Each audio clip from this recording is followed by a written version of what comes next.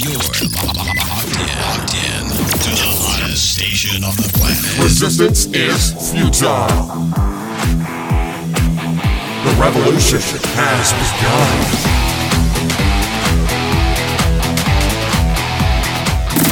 You're listening to Rebelpreneur Radio, helping you break the rules and build the business you need for the life you want. And now, broadcasting his pirate signal from somewhere beyond the status quo, here's your host, best-selling author, marketing and media strategist, Ralph Brogden. Hello and welcome to Rebelpreneur Radio. It's the show that helps you build the business you need so you can live the life you want. I'm Ralph Brogden. If you are struggling to start your business or scale your business, then you probably can get inspiration from people who have been there and done that and bought the t-shirt. Why make all the mistakes yourself when you can learn from the mistakes that other people have made? And that's really what makes entrepreneurship such a great adventure. One of the adventurers that we can learn from is here with us today. I'm speaking with Mike Michalowicz. He is the author of Profit First, Surge, The Pumpkin Plan, and his newest release, Clockwork. By his 35th birthday, Mike had founded and sold two companies, one to private equity and another to a Fortune 500. Today, he is running his third multi-million-dollar venture, Profit First Professionals. Mike is a former small business columnist for the Wall Street Journal and the former business makeover specialist on MSNBC. Over the years, Mike has traveled the globe speaking with thousands of entrepreneurs, and he's here today to share the best of what he has learned. Mike, welcome to Rebelpreneur Radio. Hey, Ralph, it's a joy to be here. And you mentioned in the intro, for an entrepreneurial journey where you've been there, done that, bought the t-shirt. I think I've bought the t-shirt over and over again. Well, one of my favorite sayings is I have great respect and admiration for people who take their mess and turn it into their message. So you've had a lot of success, which is interesting, but even more interesting is the journey. How did you get to where you are now? What's your story? Yeah, so I've been an entrepreneur my entire adult life. Started a business nearly immediately after college, and had some success. Now, let me just kind of gauge that. The business was never profitable. It was a check-to-check survival for the longest time. I had success in that I sold it to private equity, started a new business in computer crime investigation, and that was acquired by a Fortune 500 called Robert Half International. Only 2.5 years into it. That business, too, was never sustainably profitable running it. It was only when I sold it. So I got this mentality of to make a living, I need to pump and dump businesses. And to make a substantial living, I need to pump and dump many businesses. So my third business, which I conveniently leave off the resume, was as an angel investor. I started 10 different companies simultaneously, had no right to be in that space, had no clue. I was chock full of both arrogance and ignorance, which is a deadly combination. and I wiped out all my wealth. I blew every dime I had, and did that in a mere 2 years.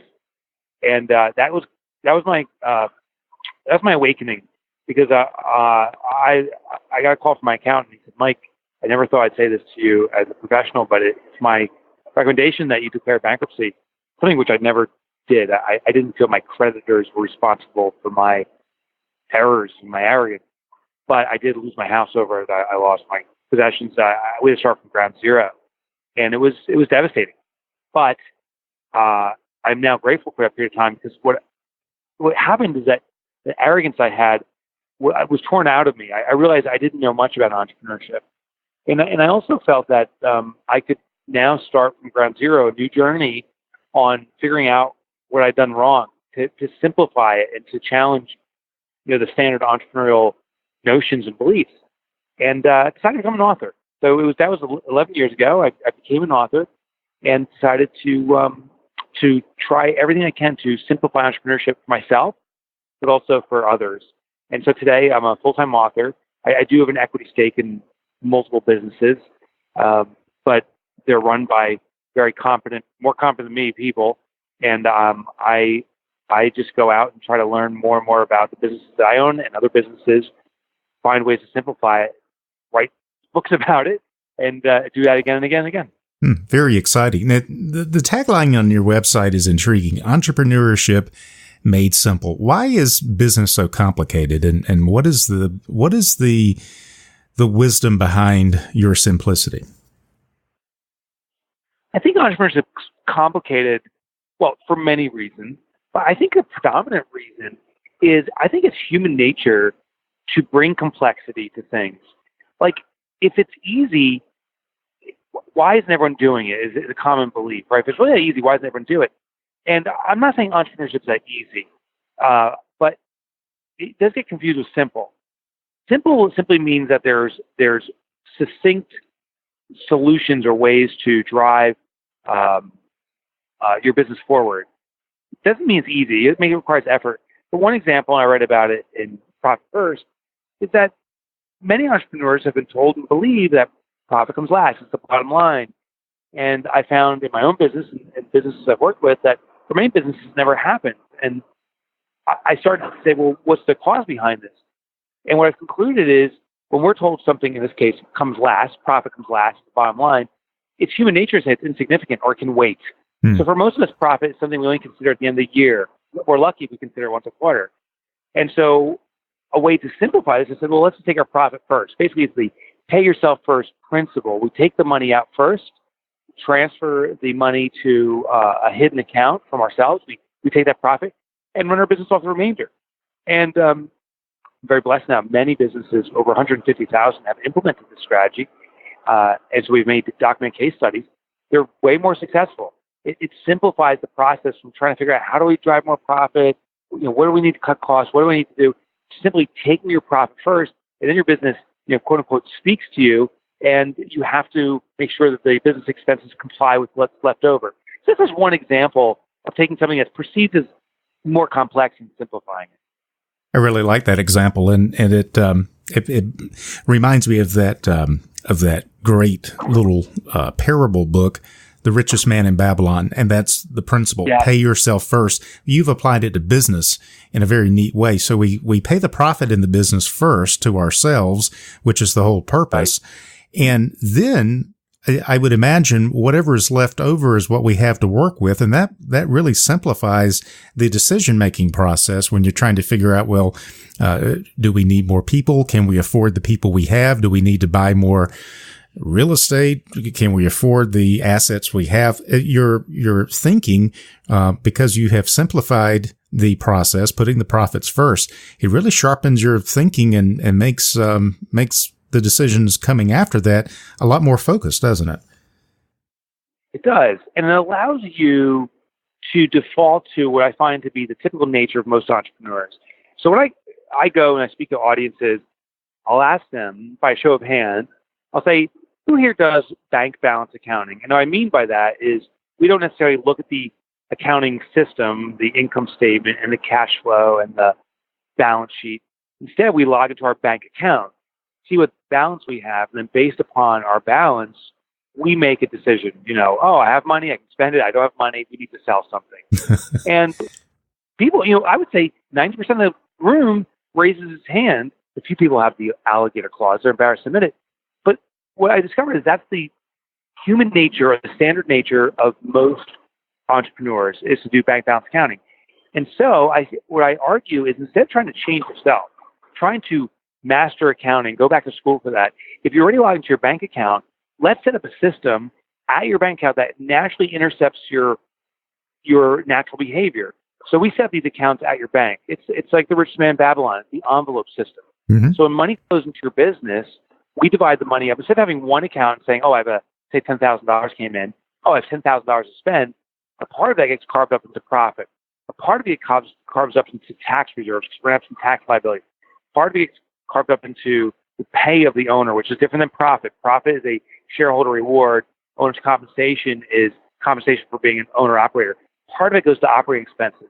And now what happens is with this money carved up, when you log into your bank account, you immediately know what money is available for what purpose, and it triggers more prudent responses. One other thing, to your point, is you talked about, now you have to work within the confines of your expenses. We have a simple rule. Once you carve up money this way and take your profit first, if you don't have enough money to pay your bills, as your business is telling you, you can't afford your bills, meaning that there's too much expense going on, we need to cut expenses, or there's not enough margins, we need to increase margin. And that's the two ways to sustain the profitability that you're taking first.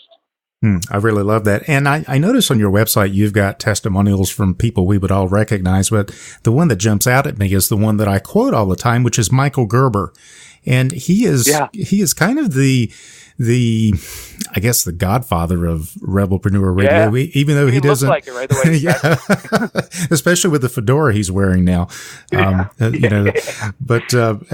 added that accoutrement to his attire a few years back. But I knew him or had heard of him back in the days of when he was really touting IBM and the blue suit and the red tie, and that's how he dressed. Yes. His mantra is kind of the inspiration for our show, which is build the business you need for the life that you want. And I'll always remember something that he said, which sounds very much like the things that you're teaching and the simplicity of it, that your business you either design your business to give you more life or it will take the life that you've got. And what you're describing is some very simple processes for simplifying the business so that it performs and does what we want it to do. Now, the question is, I think for our listeners who are at different stages of growth, they're either in a startup stage and a wannabe stage, or maybe they're at it, as Gerber would say, working in the business instead of on the business.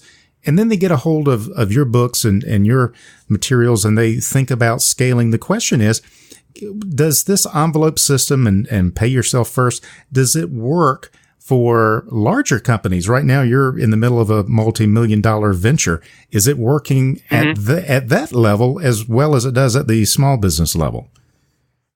Yeah. So like I said earlier, we've 150,000 plus businesses that have implemented Profit First. And by the end of this year, we're anticipating about 200,000 businesses have implemented it. So we've seen it every industry, and we've seen most sizes. So when I say most sizes, we've seen it implemented in micro business, that's sub-million, no problem. Businesses between 1 and 10 also doing it. So when businesses get bigger than 10 million, that they often bring in a controller or CFO. They need more sophisticated financial management. And they start implementing Profit First in a new fashion, which is interesting. These over $10 million companies sometimes will have departments. We actually have one public company approach us that would want to use Profit First, and here's how they did it. They would sell a product. They would go to the product manager, so they have these different divisions, and say the order they get is $1 million.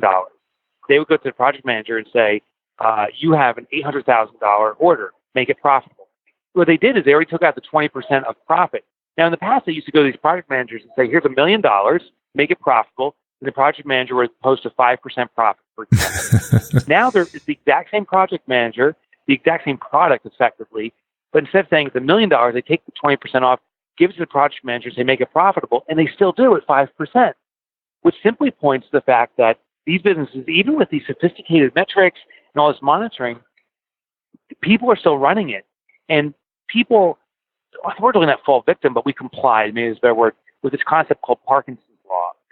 And so this is a behavioral theorem. Profit First is all based upon behavioral theory. And Parkinson's law was a behavioral theorem saying that as a resource expands its availability, it's human nature to make or to consume more of it. So if we're going to eat dinner together and I give you a 15-ounce or 16-ounce steak to eat versus a 6-ounce steak, the bigger steak, you're going to eat more meat is the default of humans. More served, the more we consume. Well, it's true for money too. The more money made available, the more we consume. And so by constraining how much money is available to spend on the operations of a business, no surprise, we have to comply with that. So even these bigger corporations have implemented it in a unique way and driven more profitability for their division. Very exciting. You are an author of several books, as well as a speaker and consultant. What are you working on right now that's got you really excited that you'd like to share with our listeners? Wow, thank you, Ralph, for offering. I'm particularly ecstatic about my newest book, which isn't even going to come out until the spring of 2020. So April 2020, the manuscript is done. I just work with a mainstream publisher that goes through its machinations that take time. The book title is called Fix This Next. And here's the hypothesis. I believe that the biggest challenge facing entrepreneurs of all size is that they don't know what their biggest challenge is. In other words, most entrepreneurs are reverting to apparent issues, the stuff that's immediately in front of them, the urgent issues. And so therefore, most entrepreneurs are trying to fix everything in their business simultaneously and experience the frustration of the business taking 2 steps forward but 3 steps back. So in this book, what I developed is effectively a compass. It's based on Maslow's hierarchy of needs and different behavioral theorems. That's a side passion of mine, is behavioral theory. And what it does is it pinpoints the most vital need a business has that the person needs to work on next.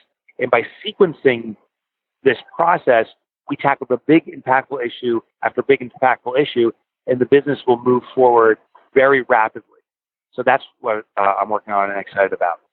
That does sound exciting, and because we could spend a lot of time spinning our wheels, and you see this happening, I guess, at all levels of business, where, for example, a small business owner, he or she becomes obsessed with their logo or with their brand, whatever that is, and, right. And they haven't even made their first sale yet. So based on your approach that you reveal in the book, you're saying stop spending so much time spinning problems that aren't really the next big problem or the biggest thing you need to be worried about. Yeah. I chuckled about the logo because I was that guy. Like my first company, I spent $1,000. That was my budget for the entire business on making a killer logo. And it did nothing. It sold not a single product. And I think not a single person besides myself can remember what the logo looked like. It was irrelevant, but I thought it was highly relevant. It was a apparent issue, apparent opportunity for me, but totally misdiagnosed. So if we tackle the most important issues in sequence, we do well. So here's an example. With a brand new startup, inevitably, the first sale is what's the most important. So we need to concentrate there. We need a client on board. And it's not even about making money as much as building a reputation in the beginning. No one wants to be the first. Like, could you imagine going to a heart surgeon says, I've never done surgery before. You want to be my first patient? It's like, I think I'll pass on that. So that's just true for our business too. I was selling computer systems. To go to a company and say, do you want to be my first computer install? I've never done this before, is a major risk. So it's building our reputation very quickly. How do we do it? And I put that strategy in the book. But once you have that, then it's about building repeatable, sustainable sales. Some people and businesses jump immediately to like the impact and legacy they want to have. They want to change the world. They want to be of service to our community, which are wonderful, beautiful things. But if you don't have the oxygen coming into your business of sales, you're gonna die of lack of oxygen while you're trying to feed the world. So it is this priority in a specific sequence that we need to address for a business to be successful. And the other thing I found interesting as I was researching and writing this book, and it takes me like 3 to 5 years to do these. It's not like it's an overnight project. As I was researching, I found that many businesses take 2 or 3 steps forward, but then by necessity have to take a step or 2 back and build the foundation stronger. So the belief that we're climbing a ladder in our business, just keep on aspiring and achieving higher levels, I think is a fallacy. You climb a little bit, you do some work at that next level, but then you got to step back down, build a stronger foundation, step back up, build on the foundation you've built, and kind of a volley back and forth between levels deliberately in a way that builds the foundation in order to build a business that's very healthy and can continue to grow. Great. Wonderful wisdom. I've been speaking with Mike Michalowicz. He's the author of Profit First, Surge, The Pumpkin Plan, his latest release, Clockwork, and then his new upcoming book that we are all looking forward to. Mike is a former small business columnist for the Wall Street Journal and the former business makeover specialist on MSNBC. Over the years, Mike has traveled the globe speaking with thousands of entrepreneurs. If you want to find out more about Mike and what he has learned and how you can apply that to you and your business, whatever the size, visit MikeMichalowicz.com, and we will have that website posted on the Rebelpreneur website as well. Mike, thank you so much for your time today, and I appreciate you being on Rebelpreneur Radio. Ralph, it's been my joy. Thank you for having me. You've been listening to Rebelpreneur Radio with Ralph Brogden. Download the show notes and much more at rebelpreneur.com.